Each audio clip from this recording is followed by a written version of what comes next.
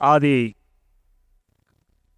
கலைக்கோள் பயிற்சி பட்டறைக்கு விழாவை சிறப்பித்து வருகை இருந்திருக்கின்ற மாண்புமிகு ஆதி திராவிட நலத்துறை அமைச்சர் அருமை அண்ணன் மதிவேந்தன் அவர்களே, இந்த நிகழ்ச்சிக்கு வரவேற்பு அமைந்திருக்கின்ற ஆதி திராவிடர் மற்றும் பழங்குடி நலத்துறை அரசு செயலாளர் திரு லட்சுமி பிரியா ஐஏஎஸ் அவர்களே, இறுதியாக நன்றி உரையாற்ற இருக்கின்ற தாட்கோ மேலாண்மை இயக்குனர் திரு கந்தசாமி ஐஏஎஸ் அவர்களே மற்றும் வருகை இருந்திருக்கின்ற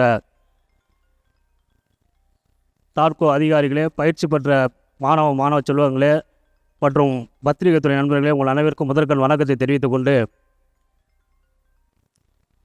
டாக்டர் அம்பேத்கர் வரலாறு தெரிந்தால்தான் வரலாறு படைக்க முடியும் என்று சொன்னார்.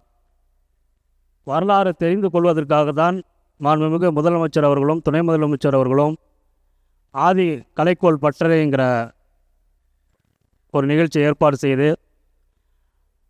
நம்முடைய முன்னோர்கள் வாழ்ந்த கலாச்சாரம் கலைகள் பண்பாடுகளை உங்களிடம் கொண்டு போய் சேர்ப்பதற்காக அந்த நிகழ்ச்சி நடத்தி கொண்டிருக்கிறோம். ஃபஸ்ட்டு நமக்கு வரலாறு தெரியணும். நாம் திராவிடர்கள் 1922 அன்னைக்கு இருந்த நீதி கட்சி தான் நமக்கு ஆதி திராவிடங்கிற ஒரு அந்தஸ்தை கொடுத்துச்சு. ஆனால் டாக்டர் அம்பேத்கர் அவர்கள் இந்தியாவில் வாழ்ந்தவர்கள் நாகர்கள் தான் திராவிடர்கள் தான் தமிழ் மொழி பேசிய மனிதர்கள். ஆனால் இந்தியாவில் வாழ்ந்த மனிதர்கள் திராவிடர்கள். அதுதான் நமக்கு அந்த திராவிடர்களில் நம்ம ஆதி திராவிடர்.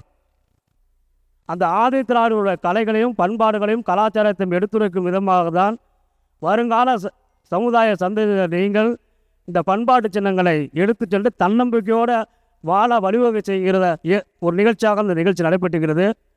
இதன் மூலமாக நீங்கள் தாட்கோவில் ஒரு நிதி உதவி பெறுவதற்கும் நாங்கள் கண்டிப்பாக உதவி செய்வோம். ஃபஸ்ட்டு நீங்கள் வரலாறை தெரிஞ்சு கொள்ளுங்கள்.